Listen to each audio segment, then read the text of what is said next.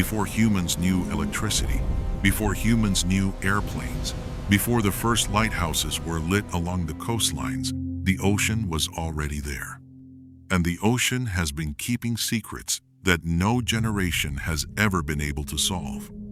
There is a place on this earth where ships don't just sink, they vanish. Where planes don't just crash, they dissolve into thin air. Where people don't just die, they are erased from reality as if they never existed at all. They call that place the Bermuda Triangle. But the people who live around those waters, from the 17th century to today, call it by another name. They call it the door with no return. They say that beneath the ocean floor, beneath the shipwrecks and the bones, there are other things, things that were never born, but also never truly died, things that wait, things that watch. And sometimes, when the night is thick enough and the storm is loud enough, they rise to the surface to remind humanity, you are not the only masters of this planet. Below are 5 true stories. 5 times that door cracked open. 5 times those from the other side came back. Sit still, listen closely, and don't look away, because sometimes it's when you're not looking that they come closest.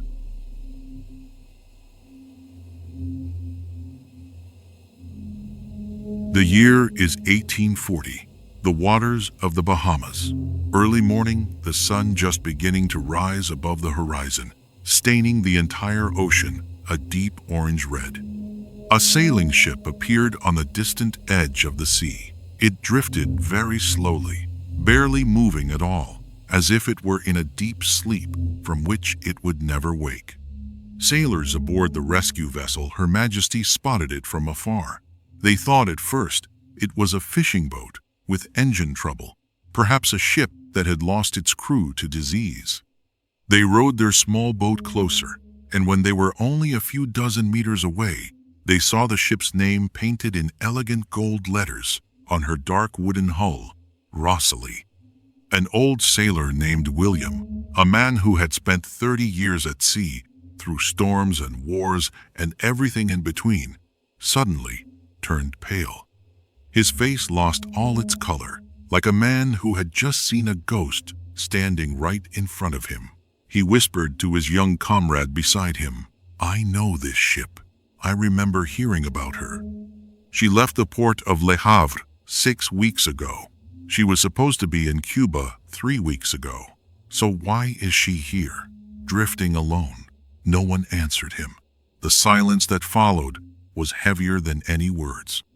They climbed aboard the Rosalie, their boots landing softly on the wooden deck. The air inside the ship was colder than the air outside, much colder. So cold that they could see their own breath forming small clouds in front of their faces, even though it was the middle of summer in the tropical Bahamas. William pulled his coat tighter around his neck, without knowing why. The main cabin door was wide open, as if inviting them in. They stepped inside, one by one, and then they all froze in place, their feet rooted to the floor like trees. In the crew's mess hall, a full breakfast was laid out on the long wooden table, white porcelain plates arranged in perfect rows. Crystal glasses, still with a thin layer of dried red wine at the bottom, like dark blood stains. The plates still held food, toasted bread, bacon, fried eggs, a small pot of jam. A tin teapot sat in the center, next to 2 cups that had clearly not yet been drunk from. Steam was still rising from one of the cups, curling up toward the ceiling in thin, ghostly wisps. William reached out with a trembling hand and touched the teacup. It was hot, hot enough to burn his fingertip. He stepped back quickly, his face now completely drained of any remaining color. "Impossible," he muttered, his voice barely a whisper. "This ship has been drifting for at least 2 weeks, maybe longer. I can smell the salt and the rot in the wood. So how in God's name can the tea still be hot? How can there still be steam? No one had an answer. They searched the entire ship from bow to stern, from the highest crow's nest to the darkest cargo hold. They opened every door, looked under every bed, checked every locker and every closet. Not a single soul was found on board. But there was also no sign of violence anywhere. No blood on the walls, no bodies in the corners, no bullet holes in the wood, no knife marks on the doors. The crew's clothes were still folded neatly in their lockers. Their suitcases were still placed beside their beds, as if waiting for their owners to return at any moment. A few personal belongings lay scattered here and there. A pipe on a table, a pair of reading glasses on a chair, a half-finished letter on a desk. Everything suggested that the crew had simply vanished. In the middle of their daily lives, in the middle of a meal. In the captain's cabin, on a small table by the window, there was a hairbrush. It was made of dark wood and silver, clearly expensive. A few strands of hair were still caught in its bristles, long, dark strands, perhaps the captain's wife's hair, or perhaps the captain's own. A young sailor named James, curious and unafraid, picked up the brush. A few strands of hair fell from the bristles onto his open palm, and instantly James screamed. Those hairs were not dry. They were not damp from the sea air. They were hot. Hot as if they had just been cut from a living scalp only minutes ago. James could feel the heat radiating from them, spreading across his palm like a small fire. He threw the brush to the floor in terror. It hit the wooden boards and shattered into 3 pieces. And from those broken pieces, a thin gray smoke rose into the air, carrying with it a strange, burnt smell that none of them could identify. It smelled like burning meat, yes, but also like something else. Something ancient, something that had no name in any language they knew. They left the Rosalie as fast as their legs could carry them. As William stepped back onto the deck of the Her Majesty, he turned around for one last look at the ghost ship. He later wrote in his private journal that in that final moment, he saw a figure standing behind the main cabin window, a figure wearing a long white robe with no face at all. Where its eyes should have been, there was only smooth, pale skin. It stood perfectly still, arms hanging limp at its sides, and it seemed to be staring directly into William's eyes, even though it had no eyes to stare with. William never told anyone about that figure, not even his closest friends, but from that day forward, he never ate a meal alone again. He always made sure someone was sitting beside him, especially at breakfast. The Rosalie was towed back to Nassau Harbor, where she sat like a silent monument to the unknown. Experts came from England and America to examine her. Their conclusion was always the same. The ship was completely intact. No mechanical damage, no structural weakness, no signs of fire or flood or any natural disaster. She could have sailed again immediately, as if nothing had ever happened. But no captain in Nassau would take command of her. They just shook their heads, whispered something to each other in low voices, and walked away. Some made the sign of the cross as they left. Others simply refused to even look at her. The Rosalie sat in Nassau Harbor for 3 more months, slowly gathering barnacles on her hull, until a wealthy merchant from Boston bought her for 1/10 of her real value. He changed her name, painted her entirely, and hired a new crew, all young men who knew nothing of her dark past. She sailed out of Nassau on a cold November morning, her new name shining on her bow. She never returned, and this time, she didn't drift back either. She vanished completely. No distress signal, no wreckage, no oil slick, no bodies washed ashore, as if the ocean had simply reached up and swallowed her whole, leaving no trace behind. Today, The old fishermen of the Bahamas still tell this story to their grandchildren on stormy nights. They say that if you go out to sea on a moonless night, when the sky is black and the water is blacker, and you quietly approach the waters where the Rosalie was first found, you will see a faint light on the far horizon. That light is not from oil lamps, they say. It is not from modern ships or from the stars. It is a cold, gray-blue light, and it blinks in a strange hypnotic rhythm. 3 flashes on, 3 flashes off, then 3 on again, over and over, like a heartbeat, like a message. And if you listen very closely, they say, you will hear the clink of knives and forks. You will hear glasses touching glasses in a toast.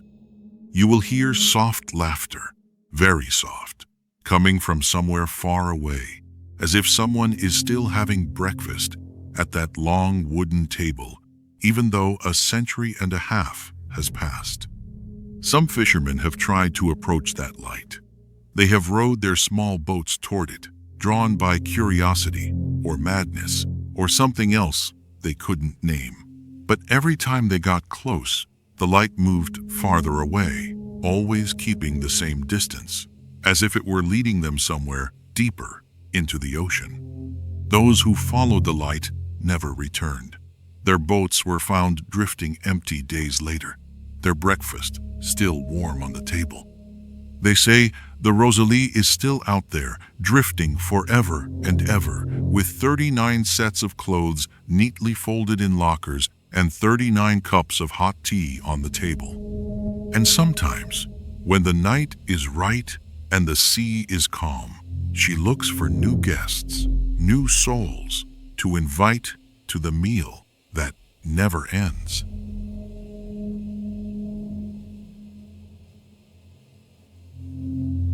The 5th of December, 1945. Naval Air Station, Fort Lauderdale, Florida. A strangely beautiful afternoon. The sky was so clear it was almost white. Not a single cloud anywhere, from horizon to horizon. The wind was so still that the flags on top of the control tower hung limp and motionless, like tired arms after a long day of work. The sea was flat as a sheet of black glass, reflecting the pale sky so perfectly that the line between water and air had completely blurred into nothing. 5 Avenger torpedo bombers took off from the runway at exactly 2:10 p.m. The sound of their engines was steady and deep, like a sad piece of music played on old instruments. The ground crew who watched them climb into the sky later said there was something strange about how those planes took off that day. They climbed slower than usual, much slower, as if an invisible hand was reaching down from the clouds and trying to hold them back. The flight leader was Lieutenant Charles Taylor, an experienced pilot with over 2,500 flight hours, including combat missions in the bloody skies of the Pacific during World War II. He had survived enemy fire, mechanical failures, and crashes that should have killed him. He was a practical man, not superstitious, and he had never once believed in ghost stories or sea monsters or any of the old sailors' tales. But on that morning, before boarding his plane, Lieutenant Taylor did something very strange. He walked to a telephone booth at the edge of the runway and called his best friend, another officer stationed at the same base. His friend later said that Taylor's voice sounded odd, strained, as if he hadn't slept in days. "If I don't come back from this flight," Taylor said, "tell my wife that I love her. Tell her I'm sorry for all the fights. Tell her I'll be waiting for her." His friend laughed nervously. "You're going on a 2-hour training flight, Charles. A milk run. What do you mean, if you don't come back?" There was a long silence on the phone. Then Taylor said, very quietly, "I have a bad feeling about today. I can't explain it. I just feel like I'm not coming home." He hung up before his friend could say another word. The first 45 minutes of the flight were completely normal. The pilots reported their positions, their altitude, their visibility. They chatted with each other over the radio, sometimes joking about the weather or about their plans for the weekend. Everything was fine. Everything was routine. Then, at exactly 3:45 p.m., the radio crackled with Lieutenant Taylor's voice, and his voice was no longer calm. It was shaking. "I don't know where I am," Taylor said. "Both of my compasses are out. Neither of them is working. I think we might be over the Gulf of Mexico, but everything looks wrong. The islands down there don't look familiar at all." The radio man at the base, a veteran sergeant named Robert, looked out the control tower window. The sky outside was still blue. The sun was still shining.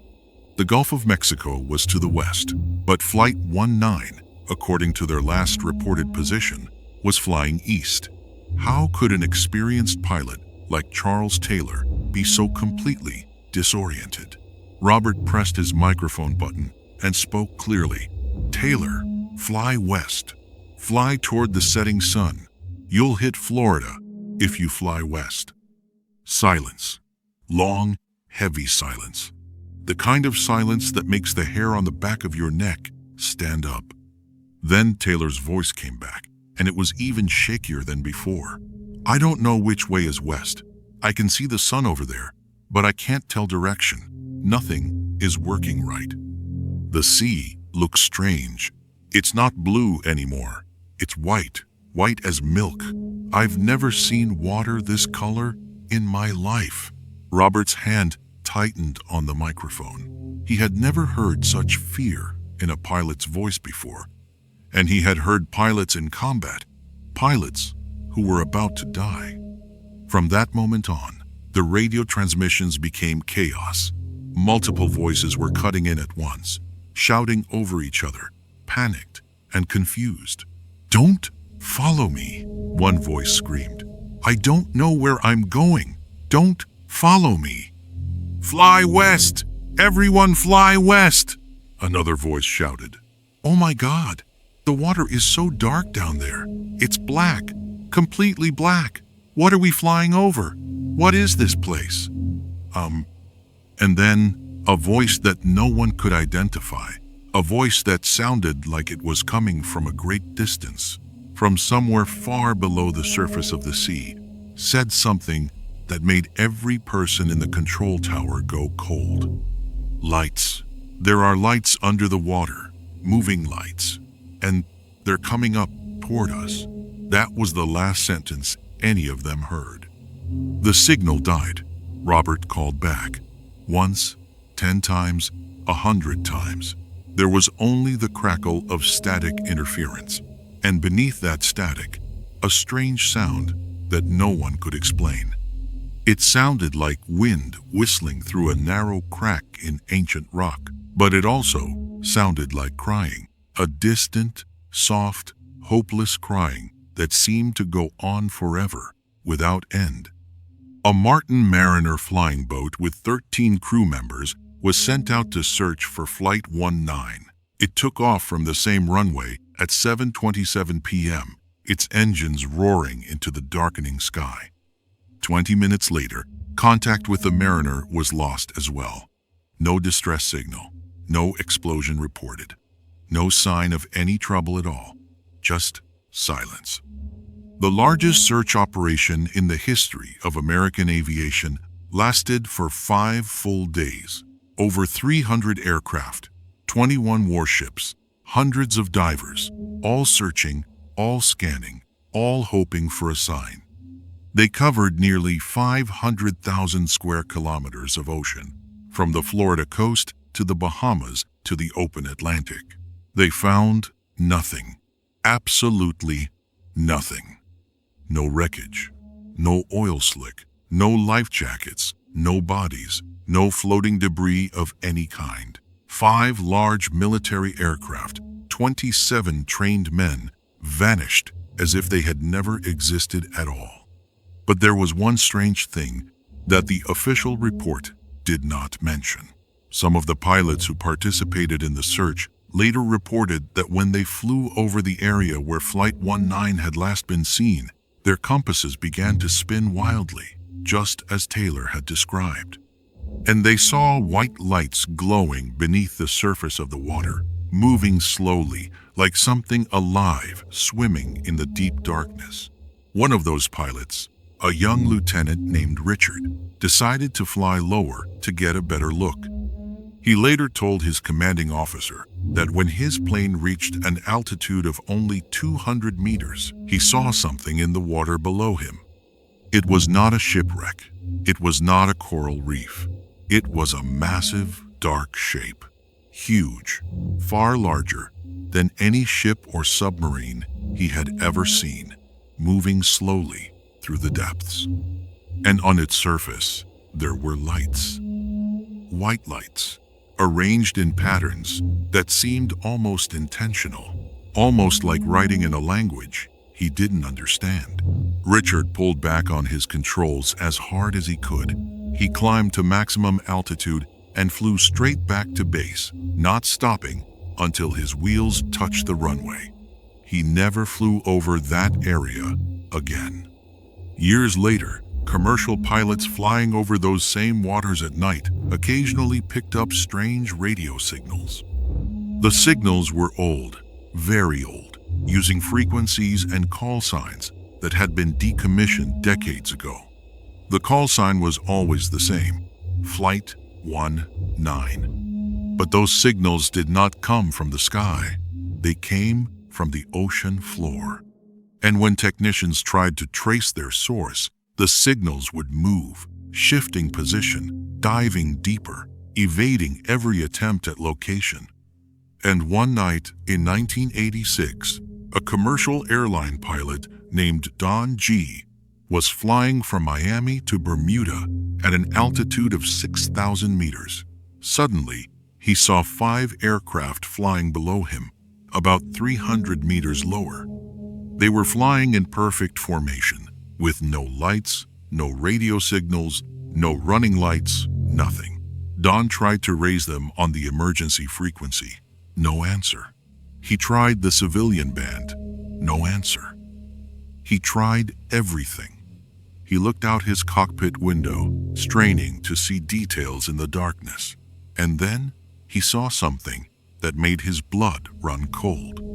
In the cockpit of the lead aircraft, there was a figure. But that figure was not wearing modern flight gear, not the helmet and mask that pilots use today. It was wearing an old cloth flight suit, the kind from World War II, with a leather helmet and goggles. And its face, Don swore he would never forget this until the day he died. Its face had no expression at all. Not fear, not anger, not sadness. It was like a wax mask, perfectly formed but completely empty. The figure turned its head, slowly, impossibly slowly, and looked directly at Don. Their eyes met across hundreds of meters of dark sky. And then Don blinked. When he opened his eyes, the 5 planes were gone.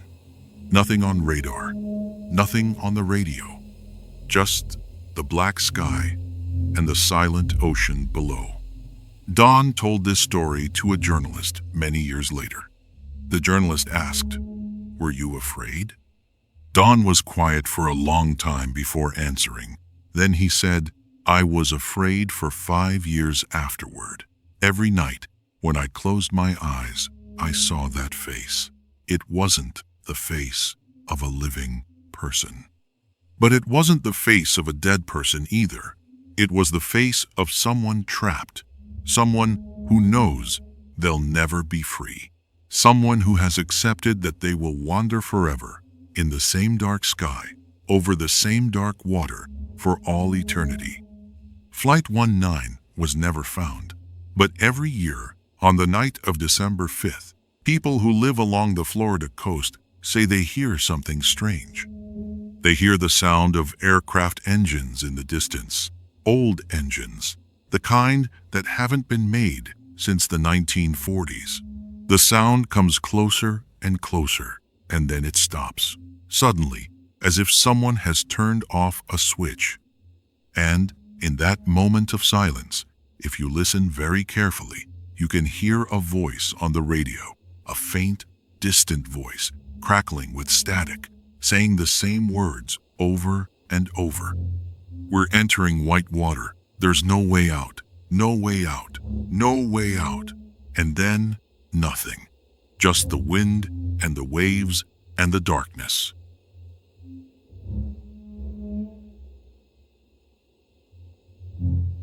The year is 1881.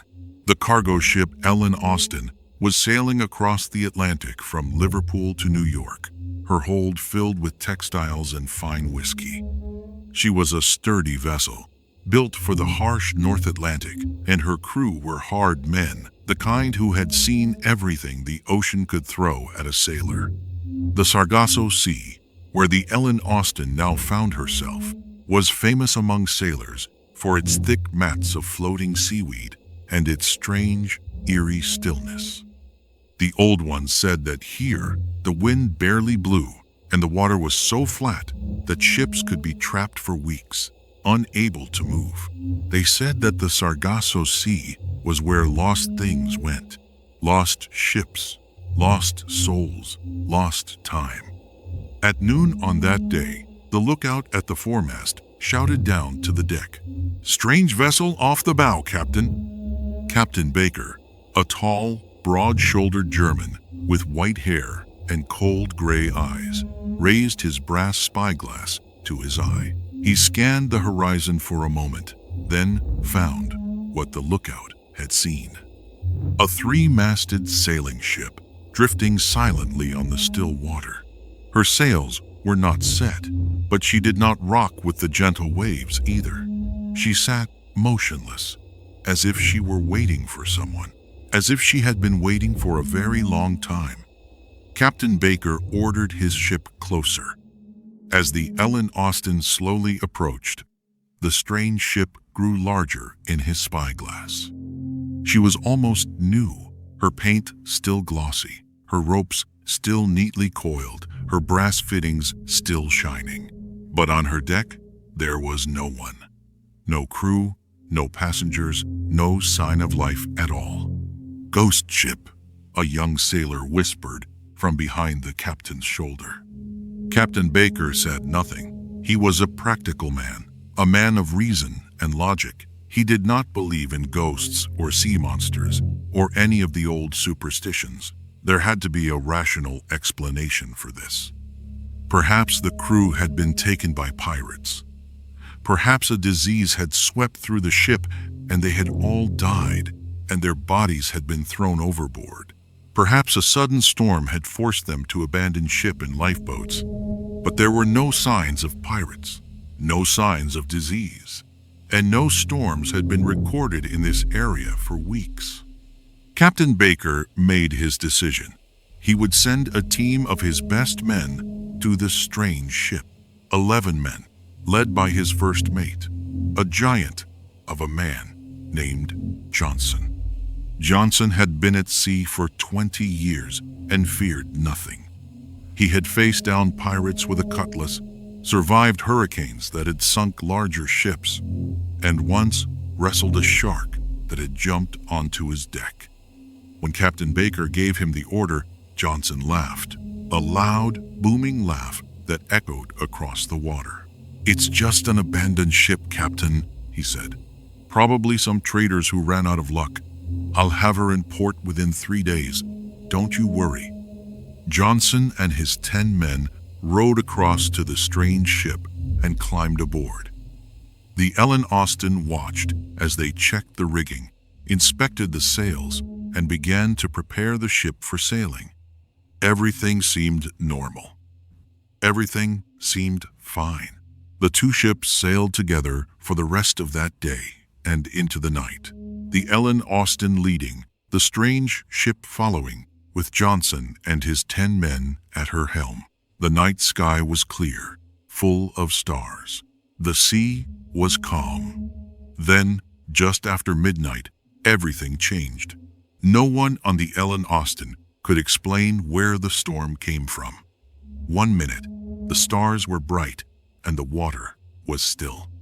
The next, a wall of black clouds rose up from the sea itself, not from the horizon, but from beneath the waves, swallowing the moon, swallowing the stars, swallowing every last trace of light. The wind began to scream, not like normal wind, but like the voices of 1,000 tormented souls. The waves rose higher and higher, taller than the ship itself, crashing over the decks with the force of falling mountains. Rain fell not in drops, but in solid sheets, as if someone had turned the entire ocean upside down and poured it onto the ship. Aboard the Ellen Austin, the crew clung to the rails and the masts, fighting with every ounce of their strength not to be swept into the black water. They prayed. They shouted. They could not see anything in the thick darkness, not the sky, not the sea, not the strange ship that had been following them. The storm raged all night long. When dawn finally came, the sea was calm again. The sky was blue again, as if nothing had ever happened. And the strange ship was still there, drifting silently not far from the Ellen Austin, exactly where she had been before the storm. Captain Baker ordered a second team to board her and check on Johnson and his men. The second team rowed across nervously, their oars splashing in the still water. They climbed onto the deck of the strange ship. And then they stood frozen, unable to move, unable to speak. The first team, Johnson and his 10 men, had vanished. Not a single one of them remained. There were no bodies on the deck, no bloodstains on the wood, no signs of any struggle at all. Their belongings were still in the cabins, clothes folded, boots lined up, pocket watches hanging on hooks. Johnson's pipe was still on the table beside a full pouch of tobacco, exactly as he had left it, as if he had simply stood up and walked away. But there was one detail that made even the most hardened sailors shiver with fear. On the table in the captain's cabin of the strange ship, there was a piece of paper. It was not ordinary paper. It was thick, dark, and strangely textured, with fine lines running through it like veins. It looked almost like human skin, tanned and preserved. On that paper was a single line of writing, or perhaps it was not writing at all, but something else, something that only appeared to be writing. The ink was not a single color. It seemed to shift and change as they looked at it, sometimes black, sometimes red, sometimes a pale, sickly blue. When one of the sailors reached out and touched the paper, it began to smoke. A thin, gray smoke rose from its surface, carrying a smell like burning hair and old bones. The writing on the paper was in English, or at least it looked like English, but only one word was clear enough to read, and that word was leave. The second team did not wait any longer. They scrambled back to their boat and rowed to the Ellen Austin as fast as their arms could move. Captain Baker listened to their report in silence, his face growing darker with each word. Before he could give another order, a thick fog rolled in from nowhere. It was not like any fog they had ever seen before.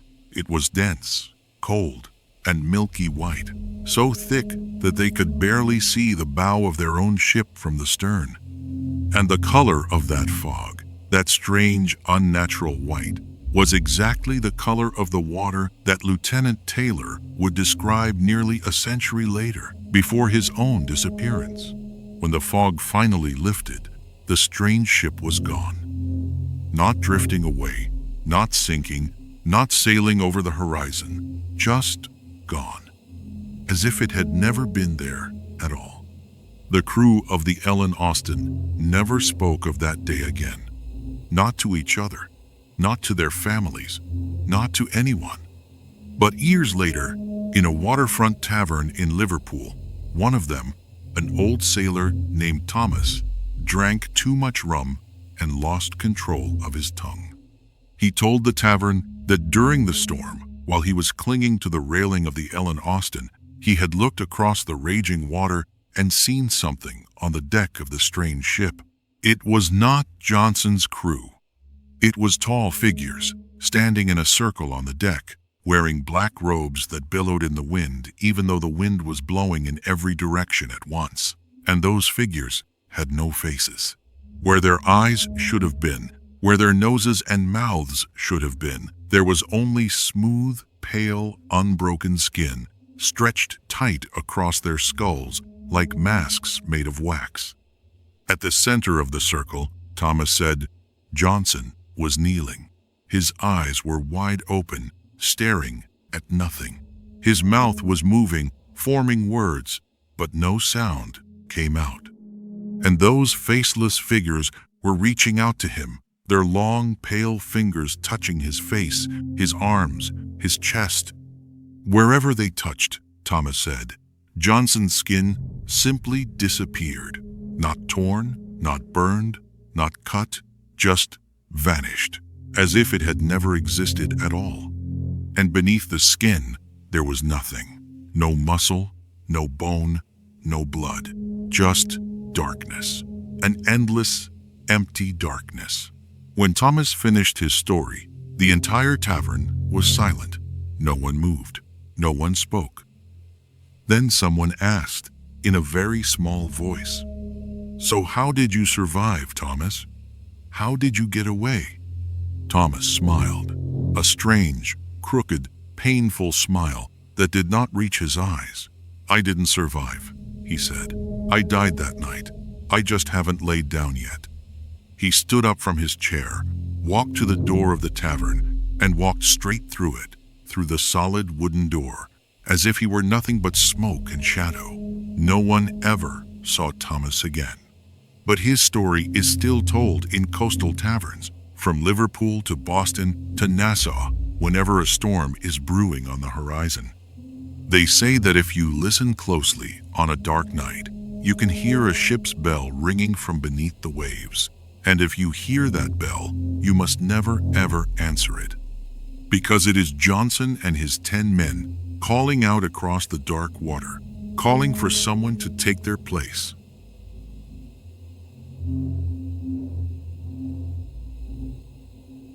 The 30th of January, 1948, 9:30 p.m., Santa Maria Airport, Azores. An Avro Tudor IV aircraft named Star Tiger taxied slowly toward the runway, preparing for takeoff. This flight would carry 31 people, 25 passengers, and 6 crew members from the remote islands of the Azores to Bermuda, and then onward to Miami, Florida. Among the passengers was a man who gave his name only as Norman. No one knew his last name because he had booked his ticket under a single name, paid in cash, and left no forwarding address. He wore a long black coat, carried a small brown suitcase, and spoke to no one. He sat in the back of the departure lounge, away from the other passengers, staring out the window at the darkening sky. Before boarding, Norman went to the airport post office and sent a telegram to an address in London. The telegram contained only 2 words: I'm about to know. What he was about to know, no one could say. The plane took off at 9:45 p.m. The night sky was clear and full of stars. A perfect night for flying. The passengers fastened their seatbelts, listened to the familiar safety instructions, and settled in for what promised to be a smooth transatlantic flight. For the first few hours, everything was normal. The crew served drinks and small snacks. Passengers read books, looked out the windows at the stars, or tried to sleep in their uncomfortable seats. At approximately 3:15 a.m. on the morning of January 31st, the pilot of Star Tiger radioed Bermuda Air Traffic Control. His voice was calm, professional, utterly ordinary. Position 400 nautical miles east of Bermuda. Altitude 2,000 meters. Weather conditions good. All systems operating normally. Estimate landing at 5 a.m. Those were the last words ever heard from Star Tiger. For the next 3 hours, Bermuda Control called Star Tiger repeatedly. They tried every frequency, every channel, every emergency band. There was no answer, just silence. When dawn broke over the Atlantic and the sun rose into a clear blue sky, they knew the plane had vanished. The search operation lasted a full week. 18 military and civilian aircraft, dozens of rescue ships, hundreds of sailors and airmen. They scanned over 300,000 square kilometers of ocean, an area larger than the entire country of Italy. They found nothing. No wreckage, no bodies, no oil slick, no life jackets, no luggage, no debris of any kind. A 30-meter-long, 25-ton aircraft carrying 31 human beings, gone, as if it had never existed. But there was one small, strange detail that the official report did not fully explain. One of the passengers on Star Tiger was a young woman named Sarah, traveling alone with her 2-year-old daughter. Before boarding the plane, Sarah had sent a telegram to her husband, who was already in Miami, waiting for them. The telegram said, "I have a strange feeling. Today the ocean looks like it's opening up, like it wants to swallow the sky. I love you. Tell my mother. I love her too." The husband received the telegram 2 days after his wife and daughter had already vanished into the unknown. The official investigation by the British Ministry of Civil Aviation produced a final report that read in part, "There is no evidence whatsoever that Star Tiger crashed due to weather conditions, mechanical failure, or human error. No reasonable cause can be assigned to this disappearance." This board is forced to conclude that there is an unknown cause, a cause outside the realm of current scientific understanding. Unknown cause. That is the phrase investigators use when they cannot speak the truth, when the truth, if it were ever spoken aloud, would make the world tremble. Many years later, a researcher named Richard Weiner interviewed a former British naval officer who had participated in the search for Star Tiger. This officer, who asked to remain anonymous, told Weiner something extraordinary. He said that on the 3rd day of the search, his ship had picked up a strange radio signal, not from the sky, but from beneath the ocean. The signal was very faint, very weak, but it was clearly a voice. A woman's voice, young, desperate, broken. The voice was saying the same words over and over again, in a loop that never ended. "Where are you? Where are you? Mommy can't find you. Please answer. Where are you? Where are you? Mommy can't find you." The naval officer ordered his crew to try to locate the source of the signal. For 2 hours, they tracked it, following the faint voice across the dark waters. But every time they got close, the signal moved away. It dove deeper, sank lower, retreated into the black depths where no ship could follow. Finally, the signal faded and disappeared completely. When the crew played back their recording of that signal, they heard only static, the hiss and crackle of empty frequencies. But the officer swore that beneath that static, there was something else. A very faint, very soft sound, the sound of a small child crying. Only 1 year later, on the 17th of January 1949, Star Tiger's sister ship, a nearly identical aircraft named Star Ariel, also vanished without a trace. Same route, same clear night. Amba. Same normal final message, same absence of any distress signal, same complete lack of wreckage.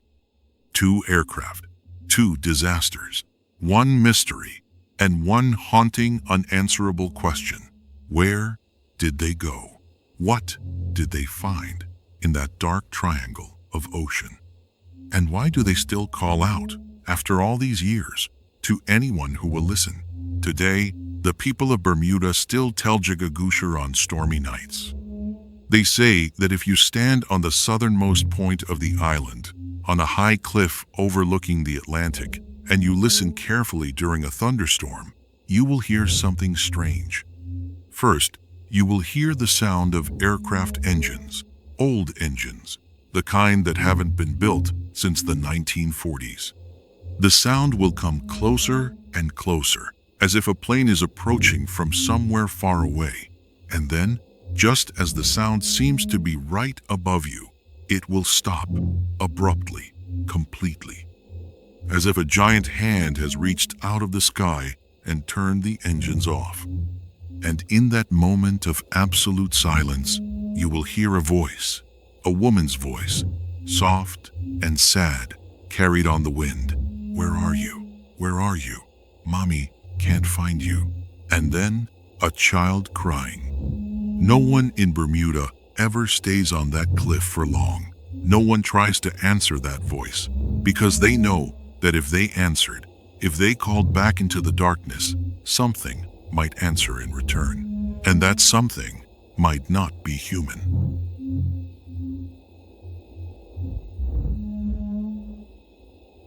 On the small island of Bermuda, far from the hotels and the beaches and the tourists, stands an old lighthouse named Gibb's Hill. It was built in 1844, a tall stone tower rising 30 meters above the rocky hilltop, overlooking the endless blue Atlantic. For over 100 years, this lighthouse has saved thousands of ships from the deadly coral reefs that lie hidden beneath the waves. But the lighthouse keepers who lived and worked in that tower, they saw things that were never written in any official report. Things that made strong men tremble and pray. The most famous and most chilling story belongs to a keeper named James Thompson, who worked at Gibb's Hill from 1885 to 1892. Thompson was a solitary man, a man who enjoyed silence and was not afraid of the dark.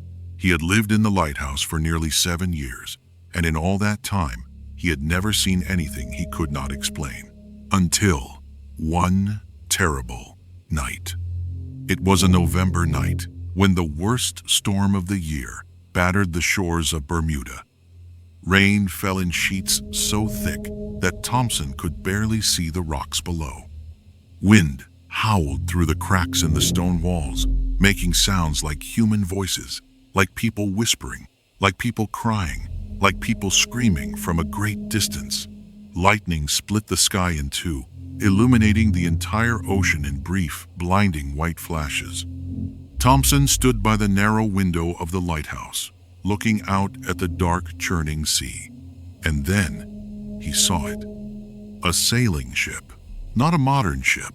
This one was old, very old, the kind that hadn't sailed the Atlantic since the 1600s. 3 tall masts, dark brown sails, a high stern castle like something from a history book. But what made Thompson's blood run cold was not the ship's design. It was the light that surrounded it. The entire ship glowed with a strange, cold, greenish light. Not the warm yellow of oil lamps, not the brilliant white of lightning. This was a light that seemed to come from within the wood itself, as if the ship was made not of oak and pine, but of something else entirely. Something not of this world. And on the deck of that glowing ship, there were people. Thompson raised his spyglass with trembling hands. It took him several tries to focus. His fingers were shaking so badly. But when he finally brought the image into clarity, he wished he had not. The people on that ship were wearing clothing from the 17th century. Long coats, wide-brimmed hats, high leather boots. They walked across the deck, but they did not walk like normal people. Their feet made no sound on the wooden boards. They glided, floating just inches above the surface, as if gravity had no hold on them. And their faces, Thompson could see them clearly now through the spyglass. Their faces had no expression, None at all. Not happy, not sad, not angry, not afraid, just blank. Like masks made of wax, perfectly formed but completely empty, as if the souls that should have been behind those faces had long since departed. One of them, a tall figure in a long black coat, stood at the very bow of the ship, facing the lighthouse. He raised one arm and pointed directly at Thompson. His lips began to move, silently, forming the same words over and over again. Thompson could read lips. He had learned how during his years in the Navy. And what that faceless figure was saying made his heart stop. Save us! Save us! Please save us! The ship drifted closer to the jagged coral reefs that lay south of the island. Thompson knew those reefs. He had seen them tear open the hulls of ships that were built much stronger than this ancient vessel. He wanted to shout a warning, wanted to scream, but his throat was closed tight, squeezed by an invisible hand. The ship drove straight toward the reef and passed right through it. There was no sound of breaking wood, no screams of dying men, no crash, no crack, no splintering. The ship simply glided over the razor-sharp rocks as if they were made of smoke. It passed through them, and continued on its way. The figures on the deck stood motionless, still staring at the lighthouse, still mouthing their silent plea. The ship grew smaller and smaller in the distance, the greenish light fading slowly until it was nothing but a tiny dot on the horizon. And then the dot went out, like a candle being blown out by a cold, invisible breath. The next morning, Thompson told the local fishermen what he had seen. They rowed out to the reef together, searching for any sign of the ship. Broken wood, torn sails, anything at all. They found nothing. But when one of the fishermen dove down to the bottom of the reef, to a depth of about 20 meters, he found something strange. A bronze bell, covered in seaweed and barnacles, lying half buried in the sand. It was old, very old, and when they brought it to the surface, they could see an inscription carved around its rim. The inscription was in Latin. A scholar later translated it, "Wake the sleeper, but do not let the sleeper see the sun." They brought the bell ashore and placed it in a small museum in Hamilton, the capital of Bermuda. But from that night onward, something strange happened. Whenever a storm came to the island, the people living near the southern coast would hear a bell ringing, not from the museum, from the ocean, from the deep water off the reef where the bell had been found. A single bell tone, clear and cold, ringing up from the darkness below. One night, an amateur photographer named Michael decided to record that sound. He lowered a waterproof microphone into the water, 20 meters down, right above the reef. He left it there for 2 hours, recording everything. When he played back the recording, he heard not only the bell, he heard voices, hundreds of voices, thousands of voices. Men, women, children, speaking in different languages from different centuries: English, Spanish, Dutch, French, Portuguese, and languages no one could identify. And all of them were saying the same thing over and over in a great whispering chorus: "Come, come to us, come down, come down, come to us." Michael turned off the recorder, pulled up the microphone, and never went near that part of the island again. He sold his house, packed his belongings, and moved to a remote mountain village in Switzerland, as far from the ocean as he could possibly get. Before he left, he told a friend, "I don't know what's living down there, but I know it's not human, and I know it wants us to come. It wants us to stay, forever." Today, Gibb's Hill Lighthouse is still standing, still lighting up the darkness every night. But no lighthouse keeper dares to stay inside the tower overnight anymore. They work in short shifts, 8 hours at most, and when the sun sets, they walk down the hill, go home, lock their doors, and turn on every light in the house, because they know that when the night is dark and the storm is loud, the ghost ships return, and the faceless figures stand on their ancient decks, pointing toward the shore, whispering their endless, hopeless plea. But no one answers. No one ever answers. Because once you answer, once you call back into that cold green darkness, you must go down to them. And down there, beneath the waves, there is no way back. There is no return. There is only the silence and the bell and the voices. Calling, always calling, waiting. 5 stories, 5 mysteries, 1 sea. Science can explain some things about the Bermuda Triangle. Sudden storms that appear from nowhere. Giant currents that can drag ships off course. Methane gas erupting from the ocean floor. Compass deviations caused by the Earth's magnetic field.